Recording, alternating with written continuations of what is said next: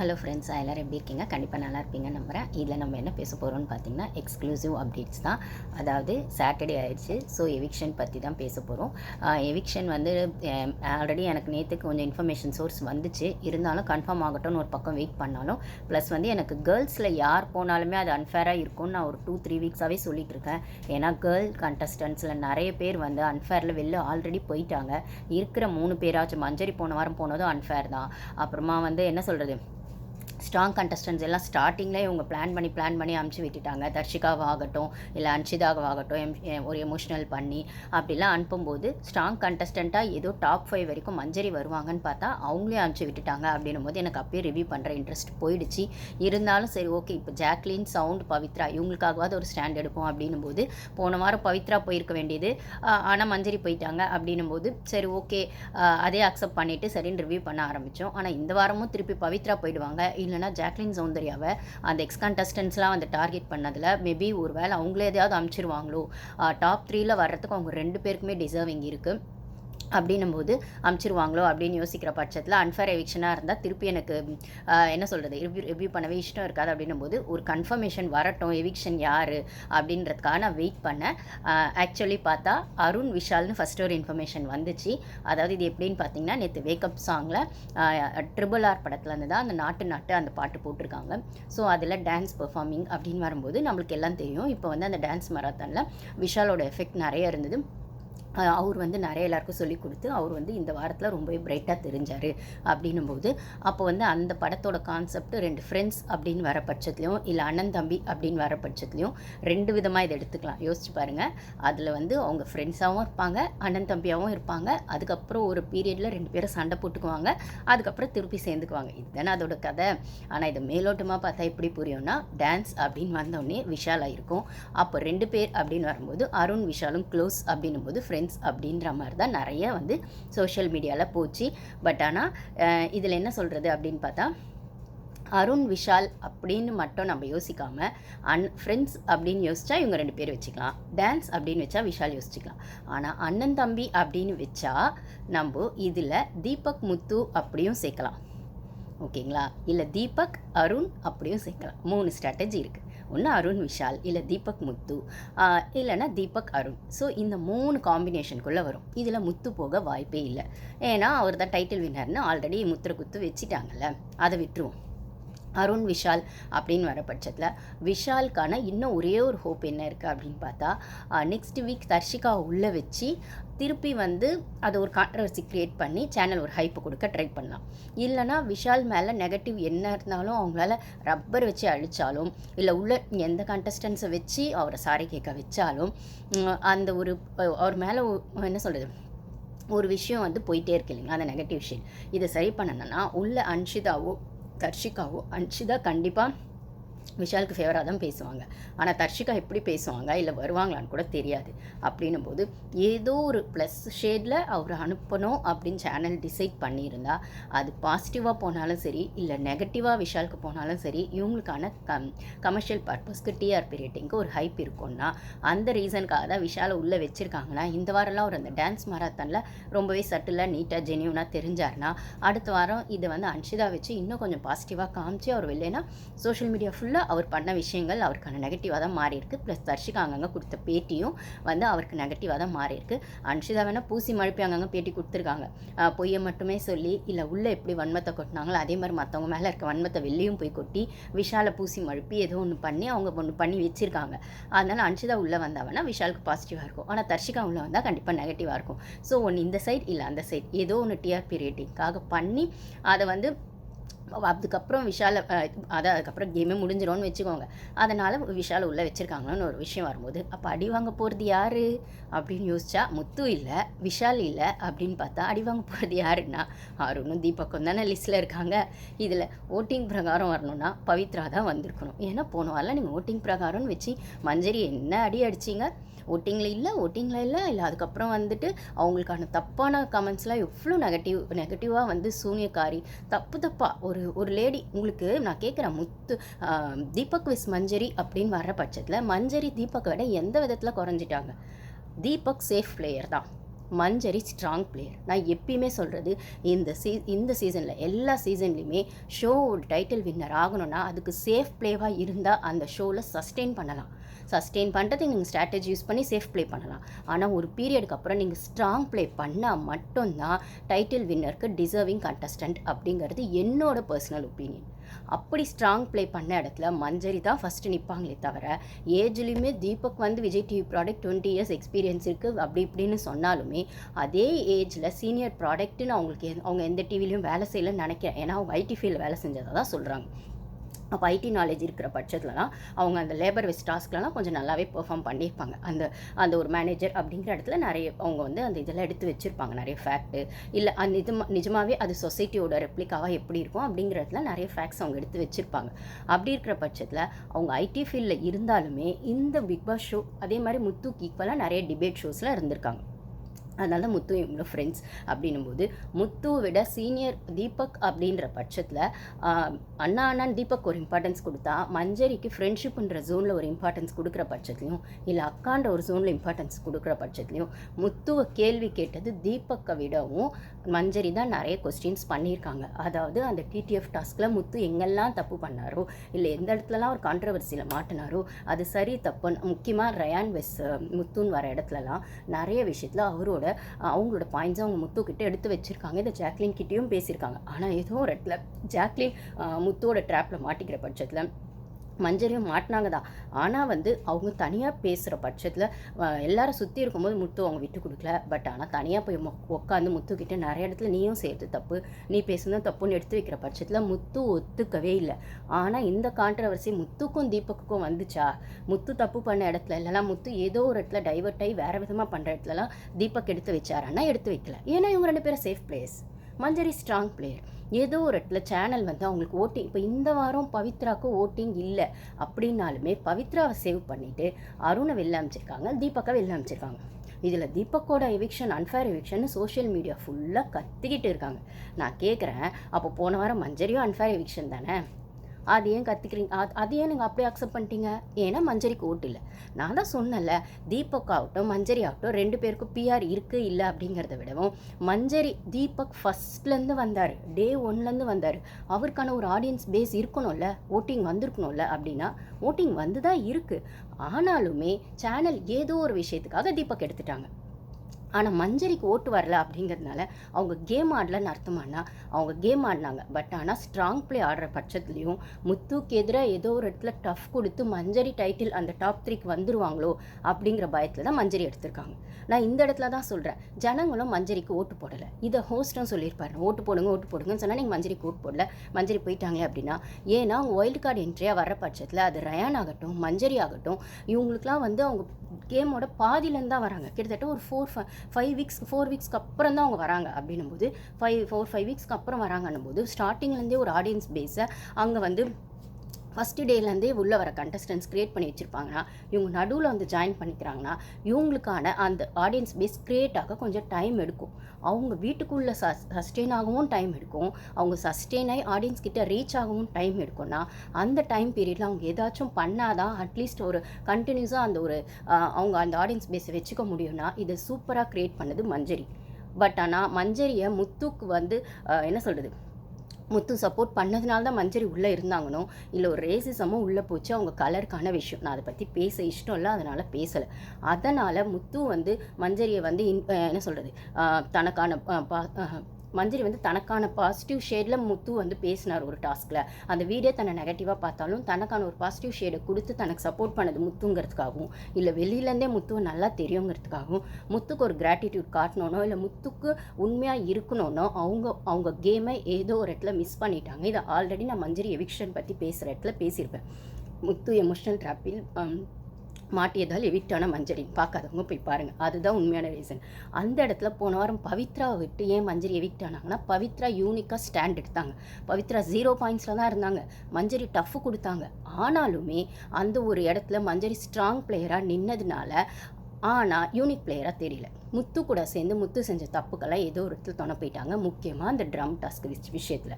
இது மஞ்சரிக்கு back fire ஆகிடுச்சு. சரி, ஜாக்லின் தானே இதை செஞ்சாங்கன்னா ஜாக்லின்கான ஒரு ஆடியன்ஸ் ஃபஸ்ட்லேருந்தே இருக்கிறதுனால அவங்க ஓட் பேஸில் சேஃப் ஜோனில் இருந்ததுனால தப்பிச்சாங்க. என்னை கேட்டால் ஜாக்லினும் அந்த தப்பில் வெளில போயிடுவாங்களோ நான் பயந்தேன். அப்போது அதில் மாட்டினது மஞ்சரி. ஆனால் 2 பேரையும் மாட்டி விட்டுட்டு அதில் சேஃப் கேம் ஆடினது முத்து, தீபக். இதுவுமே நீங்கள் ஹோஸ்ட் போன வாரம் வீக்கெண்டில் நடந்த விஷயத்தில் ஹோஸ்ட் முத்துவும் தீபக் கேள்வி கேட்கும்போது பார்த்துருப்பீங்க. அவர் 3 பேரையும் தான் கேட்டார். மஞ்சரியும் கேட்டார், ஜாக்லினும் கேட்டார், தீபக்கையும் கேட்டார். 3 பேருமே அவங்கவுங்க இடத்துல முத்துக்கான சப்போர்ட்டை தான் ஏதோ ஒரு வகையில் கொடுக்கும்போது பவித்ரா அவங்களுக்கான பாயிண்ட் எடுத்து வச்சு அவங்க யூனிக் பிளேயராகவும் இல்லைனா அவங்க ஒரு தனியாக என்னோட கேமை நான் தனியாக ஆடினேன் அப்படின்னு சொல்கிற இடத்துலையும் அவங்க சேவ் ஆகிட்டாங்க. ஆடியன்ஸ்க்கு அந்த பிளே பிடிச்சிருந்தது. இதில் மஞ்சரி போய் சொல்கிறாங்க, ஜாக்லின் மாற்றி சொல்கிறாங்கன்னு இன்னொரு நெகட்டிவ் ஷேடாக மஞ்சரிக்கும் ஜாக்லினுக்கும் இது போயிடுச்சு. ஆனால் இதில் முழுக்க சம்மந்தப்பட்டு அந்த சண்டைக்கே காரணம் இவர் முத்துதனப்பா அப்படின்னு சொன்னால் அது யார் காதுலையும் விழவும் இல்லை, அதை யார் கண்டுக்கவும் இல்லை. ஓகேங்களா? சரி, அப்போ மஞ்சரி போன வாரம் எவிக்ட் ஆனது நியாயம், அன்ஃபேர் எவிக்ஷன், அது வந்து அன்ஃபேர் எவிக்ஷன்லாம் இல்லை, நியாயம் அப்படி நீங்கள் முட்டு கொடுத்தீங்கன்னா ஒரு ஃபீமேல் ஸ்ட்ராங் கண்டஸ்டண்ட்டை வெளில அனுப்பும்போது அது சரிதான் அப்படின்னு நீங்கள் சொல்லும்போது, மேல் கண்டஸ்டண்ட் இவர் ஸ்ட்ராங் பிளேயர் இல்லவே இல்லை, இவர் முதல்லேருந்தே சேஃப் பிளேயர் தான். இவருக்கான ஓட்டிங் சிஸ்டம் வந்து முதல்லேருந்தே நான் சொன்ன மாதிரி யார் கூட பிஆர் டீம் இருக்கோ அவர் கூட தான் இவர் ட்ராவல் பண்ணியிருக்காரு. அது ஸ்டார்டிங்லேருந்தே அருண் ஆகட்டும், முத்து ஆகட்டும், அதுக்கப்புறம் இப்போ சௌந்தர்யாவாகட்டும், ஜாக்லின் ஸ்ட்ராங் பிளேயர்னு தெரிஞ்ச உடனே ஜாக்லின் கூடயும் சேர்ந்துக்கிட்டாரு. இவர் நம்பினார் ஜாக்லினை வந்து ஒரு ஃப்ரெண்டாக வச்சுக்கலாம், தங்கச்சியாக வச்சுக்கிட்டா ஓகே. மஞ்சரி எதிர்க்க இருந்து அவங்கள அட்டாக் பண்ணுறத விட அவங்களுமே வந்து ஒரு நல்ல ஃப்ரெண்டாக பக்கத்தில் வச்சுட்டா நம்மளுக்கு பகையெல்லாம் போயிடும் அப்படின்ற மாதிரி தான் தீபக் வந்து முத்து கூடயும் மஞ்சரி கூடயும் ஜாக்லின் கூடயும் ட்ராவல் பண்ணிருந்தார். சௌந்தர்யாவை சைடில் வச்சுட்டாரு. சரி மணியும் எனக்கு ஃப்ரெண்டு தான், தங்கச்சி தான் அப்படின்ற மாதிரி அதையும் ஒரு மாதிரி ஸ்லைட்டாக மெயின்டைன் பண்ணி அவரோட ஆட்டிடியூடெல்லாம் அப்படியே சட்டுலாக கம்மியாக்கிட்ட மாதிரி காமிச்சு இந்த கேமில் ட்ராவல் பண்ணணுன்றதுக்காக மட்டுமே அவர் ஒரு சேஃப் பிளே தான் பண்ணாரே தவிர அது அவர் தான் ஸ்மார்ட் பிளேயராக அட்ரஸ் பண்ணிக்கலாம். ஏன்னா நேற்று லைவில் அது போயிருக்கா, அவர் பேசியிருக்காரு முத்துக்கிட்ட. முத்துமே ஆமாண்ணே நீங்கள் செஞ்சதெல்லாம் சரி தானே, நீங்கள் நல்லா தானே ஆடினீங்க அப்படிங்கிற பட்சத்தில் இதில் அவர் இன்னொன்று சொல்கிறாரு தீபக், நீ வந்து இப்போ நெகட்டிவ் ஷேடில் அப்படி இப்படி வெளில போனாக்கா சோஷியல் மீடியாவில் இருந்தால் நீ பதில் சொல்ல வேண்டியது வெறும் பேரண்ட்ஸ்க்கு தான்டா அப்படின்னா, இல்லை நான் சொசைட்டிக்கும் பதில் சொல்லணும்ல, மக்களுக்கும் பதில் சொல்லணும்ல அப்படின்னு முத்து கேட்குறாரு. அது மக்கள் சொசைட்டியில் அப்புறம் விடுறா, நீ வீட்டுக்குள்ளே இருக்குன்னா நீ வெறும் அப்பா அம்மாக்கு தாண்டா பதில் சொல்லணும் அப்படின்னு அவனை சொல்லிட்டு இவர் வந்து என்ன சொல்கிறார், நான் அப்படி இல்லைடா, என் அப்பா அம்மாவுக்கு பதில் சொல்லணும், என் பொண்டாட்டிக்கு பதில் சொல்லணும், என் ஃபேமிலி சுற்றி இருக்கவங்களுக்கு பதில் சொல்லணும், என் பொண்டாட்டி ஃபேமிலிக்கு பதில் சொல்லணும், என் ஃப்ரெண்ட்ஸ் சர்க்கிளுக்கு பதில் சொல்லணும், அதனாலே இந்த கேமை நான் பார்த்து ஆடினேன்டா அப்படின்னா இதைத்தான் நான் முதல்லேருந்து சொல்கிறேன். அந்த கேமில் வந்தால் கான்ட்ரவர்சி வரும், சேலஞ்சஸ் வரும், சோஷியல் மீடியாவில் ப்ளஸ்ஸும் வரும், நெகட்டிவும் சம்பாதிக்கணும். அதையும் மீறி தான் அந்த கேம்குள்ளே வந்து ரிஸ்க் எடுத்து வந்து தான் அந்த கேம் ஆடணுங்கிறது தான் அந்த கேமுக்கான எத்திக்ஸ். நீங்கள் சேஃப் ப்ளேவும் பண்ணுவீங்க, அதை ஸ்மார்ட்டுன்னும் சொல்லிக்குவீங்க, அதே இடத்துல உங்களுக்கான ரெக்கக்னேஷன் டாப் 5லையும் கிடச்சிடணும், இல்லை முடிஞ்ச டைட்டில் வின்னர் கூட நீங்கள் ஆயிடுவீங்க. அப்படின்னா அப்போ பொட்டென்ஷியல் போட்டவங்க, ரிஸ்க் எடுத்தவங்க, இல்லை நெகட்டிவ் ஷேடு சம்பாரித்து அந்த இடத்துல ஒரு சஸ்டெயின் பண்ணணும்னு நினச்சி அந்த பொட்டென்ஷியலை போட்டவங்க அவங்கெல்லாம் என்ன தக்காளி தூக்கா கேட்குறேன் நான். அப்போ நீங்கள் இவ்வளோ சேஃப் பிளே ஆடிட்டு இல்லை விஜய் டிவி சப்போர்ட்டில் இங்கே வந்துடுவீங்க, டாப் 5க்கு வந்துடுவீங்கன்னா அப்போ அங்கே விஜய் டிவி சப்போர்ட்டாக ஜாக்லின் கூட தான் விஜய் டிவி சப்போர்ட்டு. ஏன் அவங்களுக்கு அந்த சப்போர்ட் கிடைக்கவே இல்லை விஜய் டிவிலேருந்து? வாரம் அவங்க இத்தனை வாரம் நாமினேஷனில் வந்திருக்காங்களே. இப்போ கூட ஜாக்லின் 3rd பிளேஸ்க்கு மல்லு கட்டிட்டு இருக்காங்க, 2nd 3rd அப்படின்னு. அன்அஃபிஷியல் ஓட்டில் வந்து ஜாக்லின் 3rdல இருக்காங்க, 3ர்ட்லேயும் 4த்லேயும் ஜாக்லினுக்கும் விஷால் கொண்டு போயிட்டே இருக்குது. ஆனால் அஃபிஷியல் ஓட்டிங்கில் ஜாக்லின் தான் 2ண்டில் இருக்காங்க, அன்அஃபிஷியல் ஓட்டிங்கில் சௌந்தர்யா 2ண்டில் இருக்காங்க. சௌந்தர்யாவோ ஜாக்லினும் எனக்கு 2 பேரில் யார் வந்தாலும் ஓகே தான், ஏன்னா 2 பேருமே டாப் 3க்கு டிசர்விங் தான். அப்படின்னும் போது இன்ஃபேக்ட் 2 பேருமே டைட்டில் வின்னரில் யார் வந்தாலும் எனக்கு ஓகே தான். கேர்ள்ஸ் டீம்லேருந்து யார் வந்தாலும் ஓகே தான்னா பாய்ஸ் டீம் ஆன சேஃப் பிளேவை விடவும் அது இன்க்ளூடிங் முத்து மேனிப்புலேட் பண்ணுறது உண்மைன்னா முத்து டைட்டில் வினருக்கு டிசர்விங் இல்லை. ஆனால் அது அவர் மண்டே கழுவி மக்களை ஏமாற்றிருக்காரு. அப்படின்னும் போது அறம்னு சொல்லிட்டு அவர் வந்து என்ன சொல்கிறது, அந்த அறத்தை எந்த இடத்துலையும் ஃபாலோ பண்ணவே இல்லை. வெறும் வாய் வார்த்தையில் தான் அவரோட அறம் இருந்ததே தவிர அவர் காமெடி பண்ணும்போதும் சரி, இல்லை மற்றவங்களை மட்டம் தட்டும் போதும் சரி, இல்லை மற்றவங்கள அதுவும் முக்கியமாக பொண்ணுங்களை டபுள் மீனிங்கில் எல்லா இடத்துலையும் விஷால் கூட சேர்ந்து அவரும் பேசியிருக்காரு. அப்படின்னும் போது அவர் வந்து அந்த ஸ்டார்டிங்கில் அந்த டாஸ்க்குன்னு வரும்போதெல்லாம் சௌந்தர்யாவாகட்டும் இல்லைனா ஜெஃப்ரியும் சௌந்தர்யாவை மார்க் பண்ணதாகட்டும், விஷால் சௌந்தர்யாவை மார்க் பண்ணதாகட்டும், இல்லை விஷால் சௌந்தர்யாவை பற்றி தப்பாக பேசும்போதாகட்டும், இல்லை சௌந்தர்யா வச்சு அந்த முட்டை டாஸ்க்குன்னு நான் ஒன்று போட்டிருப்பேன். அதெல்லாம் டபுள் மீனிங்கில் அப்பட்டமாக கேவலமாக தெரிஞ்சது எங்களோட மைண்ட் செட். ஒரு பொண்ணு வந்து இப்பயுமே அந்த பொண்ணுக்கு முழுசாக புரியறதுக்கு கொஞ்சம் டைம் எடுக்குது. எந்த டாபிக் பேசினாலும் அது நம்ம பிக் பாஸ் கிட்ட போய் அந்த பொண்ணு அழும்போதே பார்த்துருப்போம். அது அவரே சொல்லியிருப்பார், ஏமா எனக்கு புரியல சார்னு ஏதோ ஒரு இடத்துல அவங்க சொல்லும்போது, சாரி சார் லேட்டாக புரிஞ்சுது அப்படின்னு சொல்லும்போது, ஏமா தெரிஞ்ச விஷயம் தானம்மா அப்படின்னு சொல்லியிருப்பார் பிக் பாஸே. ஸோ அந்த பொண்ணுக்கான அந்த புரிதலில் கொஞ்சம் அந்த ஒரு மெச்சூரிட்டி கம்மியாக இருக்குன்னா அதை நீங்கள் யூஸ் பண்ணிவிட்டு விஷால முத்து எத்தனை இடத்துல அந்த பொண்ணை டபுள் மீனிங்கில் பேசியிருப்பீங்க. இன்ஃபேக்ட் இதை உள்ளே வந்து அவங்க அப்பா அம்மா கேள்வி கேட்பாங்கன்னு நான் நினச்சேன். ஆனால் அவங்க ரொம்ப மெச்சூர்டாக அவங்க வந்து அதை எதுவுமே அட்ரஸ் பண்ணாமல் எல்லா தப்பும் எங்கள் பொண்ணு மேலே இருக்கே, இல்லை எங்கள் தப்பு எங்கள் பொண்ணு மேலே தான் எங்கள் பொண்ணு கூட தான் எங்களுக்கு முரண்பாடுன்னு ரொம்ப டீசெண்டாக போயிட்டாங்க. பட் ஆனால் அப்பட்டமாக பொண்ணை சப்போர்ட் பண்ணுற ஒரு அப்பா அம்மாவை அவங்க உள்ளே வந்திருந்தா முத்துவோட மாஸ்க்கும் விஷாலோட மாஸ்க்கும் இல்லை சௌந்தர்யாவை மார்க் பண்ண ஜெஃப்ரியோட மாஸ்க்கும் அதுக்கு சீனியர் ப்ராடக்டாக இருந்து சப்போர்ட் பண்ண தீபக்கும் ரஞ்சித்தும் இவங்க எல்லாம் மாட்டியிருப்பாங்க அவங்க கேள்வி கேட்டிருந்தா. பட் ஆனால் அந்த இடத்துல அவங்க ரொம்ப மெச்சூர்டாக அது ஒரு பப்ளிக் ஷோ அப்படின்னும் போது அவங்களுக்கே அவர் சொல்லுவார், தீபக் டெக்காரம்னு மேனஸ்னு அதை அவங்க அழகாக ஃபாலோ பண்ணிட்டு போனாங்க. யார்? சௌந்தர்யாவோட அப்பா அம்மா அண்ணனும் தம்பி அவங்களும். இல்லைனா இவங்க மாஸ்கெல்லாம் அன்றைக்கே கிழிஞ்சிருக்கோன்னா இப்போ தீபக் போனதில் அது அன்ஃபேர் எவிக்ஷன்லாம் நான் சொல்ல மாட்டேன். நீங்கள் மஞ்சரி போனது ஃபேர்னு சொன்னீங்கன்னா இதுவும் ஃபேர் தான். அது அன்ஃபேர் எவிக்ஷன் சொல்கிற பட்சத்தில் அப்போ நீங்கள் கம்முன்னு இருந்தீங்கன்னா அது வந்து எப்படி அது வந்து கரெக்டு தானே, இல்லைனா அது ஓட்டிங்கில் அப்படி தானே இருந்துச்சு, இல்லைனா அவங்க அப்படி தானே பண்ணாங்க அப்படின்னு சொன்னீங்கன்னா ஒரு ஸ்ட்ராங் ஃபீமேல் கண்டஸ்டண்ட்டை அனுப்பும்போது ஒத்துக்கிட்ட நீங்கள் இப்போ மேல் கண்டஸ்டண்ட்டு ஸ்ட்ராங்கே இல்லை, அவர் வெறும் சேஃப் பிளேயர் தான், அவர் அனுப்பும்போதும் ஒத்துக்கிட்டு கம்முன்னு நெக்ஸ்ட்டு வீடியோ என்ன போடலான்னு யோசிங்க. அவ்வளோதான் நான் சொல்லுவேனே தவிர ஒரு மேலுக்கு ஒரு நியாயம் ஒரு ஃபீமேலுக்கு ஒரு நியாயம்னு பேசாதீங்க. இதே இடத்துல தீபக் ஸ்ட்ராங்காக ஆடி இருந்தார்னா நானே சப்போர்ட் பண்ணியிருப்பேன். அவர் ஸ்ட்ராங்காக ஆடலை, ஸ்மார்ட்டாக ஆடுறதா சொல்லிக்கிட்டாரு. ஆனால் அது ஸ்மார்ட் கூட அது பேர் கிடையாது, அது பேர் சேஃப் பிளே ஆடுற யாருமே அதில் டிசர்விங் கிடையாது. நீங்கள் யோசிச்சு பாருங்கள், முத்து கூட ஹோஸ்ட்டுக்கிட்ட அவர் கண்டஸ்டன்ஸ் கிட்ட அடிவாங்களே பெருசாக உள்ள, ஏன்னா எல்லாரையும் தன்னோட வாயால் அவர் வந்து ஜெயிச்சிட்டாரு. இல்லை முத்துக்கிட்ட உட்காந்து பேசினா ஒன்றும் செல்லுபடி ஆகாதுன்ற ஒரு ஸ்டேஜுக்கு எல்லாருமே வந்துட்டாங்க. அது ஸ்டார்டிங் முத்துக்கு எதிராக இருந்த அருண் ஆகட்டும், விஷால் ஆகட்டும், சத்யா ஆகட்டும், இவங்ககிட்ட பேசி ஜெயிக்க முடியாது. அவங்க ஒரு பட்டிமன்ற பேச்சாளர், இல்லைனா அவங்ககிட்ட தான் வந்து பாய்ஸ் டீம் ஃபுல் வந்து நம்ம ஒன்றுமே ஒப்பீனியன் சொல்லனாலுமே அவன் ஒப்பீனியனில் எடுத்து வச்சிடறான் அப்படின்னு பாய்ஸ் டீமாக இருக்கும்போது சரி, இண்டிவிஜுவல் கேம் ஆடும்போது சரி, முத்துக்கிட்ட போய் நின்று அந்த விஷயத்தை ஆர்கியூமெண்ட் பண்ணுற அந்த ஒரு நாலேஜ் அங்கே யாருக்குமே இல்லை, இன்க்ளூடிங் தீபக். ரைட்டா? இல்லை அவர் ஆர்கியூமெண்ட் பண்ணாலுமே நம்ம நெகட்டிவாக தெரிஞ்சிடும், கோ வித் ஃப்ளோவாக அப்படியே போயிடலாம், சேஃபாகவே ட்ராவல் ஆகி போயிடலாம் அப்படிங்கிற மாதிரி ஒன்று பண்ணிட்டார். அப்படிங்கிற பட்சத்தில் உள்ளே அவர் எந்த பிரச்சனையும் பெருசாக சம்பாதிக்கல முத்து. ஆனால் வெளில ஹோஸ்ட்டுக்கிட்ட வாங்கினதுலாம் ஒரு விஷயம் இல்லை, எல்லாரும் தான் ஹோஸ்ட்டுக்கிட்ட வாங்குறாங்க. அப்படி இருக்கிற பட்சத்தில் சௌந்தர்யா திட்டுவாங்க இல்லையா அப்படின்னு கேட்டால், சௌந்தர்யா இப்போ வரைக்கும் கார்னர் பண்ணப்பட்டு இருக்காங்க. ஜாக்லின் முதல் வீக்லேருந்து கார்னர் பண்ணப்பட்டு இருக்காங்க. ஓகேங்களா? பவித்ரா நாமினேஷனை எப்போ கொண்டு வரது தீபக்கும் முத்துவான் தான் இருப்பாங்க ஒரு ஸ்ட்ராங் பிளேயருங்கிற பட்சத்தில். அதே மாதிரி ஸ்டார்டிங் தர்ஷிகாவோட கேம் பிளேஸ் டோட்டலாக டவுன் ஆனது பாய்ஸ் டீமில் இருக்க விஷாலால் தான். அப்போ அதை எடுத்து வச்சு யாருமே அட்வைஸ் பண்ணவே இல்லை.